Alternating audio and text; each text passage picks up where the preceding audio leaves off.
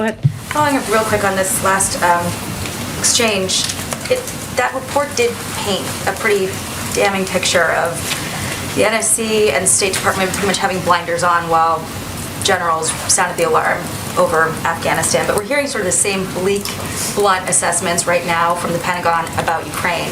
So is there, I guess, is there any closer relationship between the White House and Pentagon? Are the generals being listened to differently now, post-Afghanistan, post this report? Well, I think it's really important to separate the two, because first, we're not in a 20-year war with U.S. troops in Ukraine. That's a very different circumstance. I would say that we believe, and we continue to view our relationship, both from the White House, from the diplomatic team, and from the Defense Department, as one where we are closely coordinating, where there are healthy disagreements, as there can be, and the President certainly welcomes them. And after-action reports are very important because you can look at and make assessments about anything you would change moving forward. But Ukraine and the situation on the border of Ukraine with Russian troops building up is not the same as ending a 20-year war. That is something the President had talked about for some time, where we were spending an enormous amount of not just money, but blood of American service members over the course of decades. That's a different circumstance. And then on this meeting between Putin and Macron yesterday, it sounds like the White House does not have a clear idea yet about whether there was in fact a deal or not for Russia to de-escalate, or besides rather not to go give any further escalation. Obviously the Kremlin denied reports that the French put out about having struck a deal.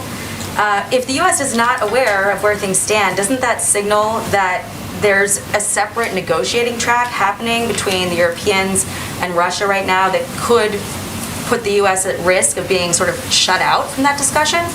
Not in any way. I completely disagree with what you just conveyed. First of all, there are a range of diplomatic conversations happening all the time, and that's been the case for many weeks. The United States is a key player in the vast majority of those negotiations. At the same time, there are important formats, whether it is bilateral leader-to-leader engagement, which President Macron was a part of yesterday, or the Normandy format, which is something we fully support, which is the format that the Minsk agreement would be discussed through, which includes Ukraine, Russia, Georgia, and France. That's another format that we fully supported. Those are conversations that have been happening, and typically through a diplomatic process, there are a range of conversations that are happening at the same time.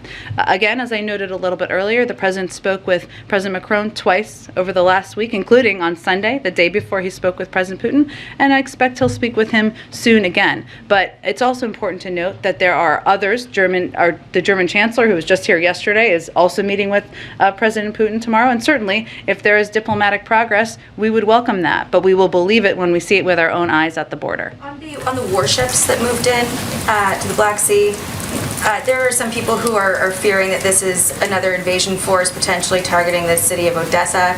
Obviously, the Kremlin is saying that this is just exercises, but is there concern in the White House that, while we're buying time for this diplomatic push, that Putin is just bolstering his forces, building his forces, while we're all talking? Sure. Well, I know that my colleague John Kirby has spoken to this from the Pentagon, so I'd point you to his comments. But I would say that we are always going to leave the door to diplomacy open, because we think as long as we don't know what President Putin is going to do, and we don't, and he has not invaded Ukraine at this point, then it is important to always keep that door open, because that's always the preferred path.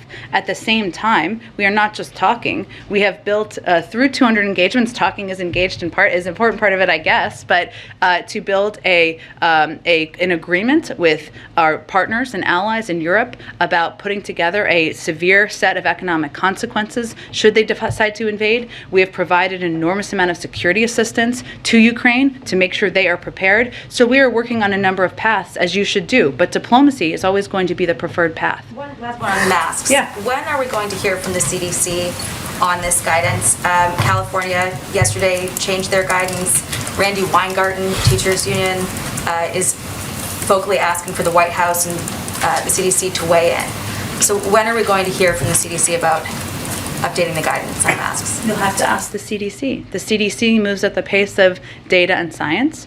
I would note that our goal remains continuing to ensure that there is guidance that helps school districts stay open. That's our goal. We want kids to be in school. 98% of schools are open. That's a very good sign. We know it works. The CDC is always going to be reviewing their guidance, including mask guidance. But in terms of when they will provide additional new guidance, that is up to them. Do you believe then that the Democratic-led states who are breaking with the CDC on this guidance, that they're throwing science away and that the CDC has access to different science somehow? We don't look at it through that prism. These states, I think it's important to note, they still allow for decisions to be made by local school districts. Where we come up with concern, where we have great concern, if a kid or a parent chooses to wear a mask, or a school district decides they should keep mask guidance in place, and there are leaders who are preventing them from doing that. That is the place in some other states. But our hope is that states, leaders, will look at the science and data about what's going on. They'll make decisions about local school districts. Local school districts have always made these decisions. That remains the case. Go ahead.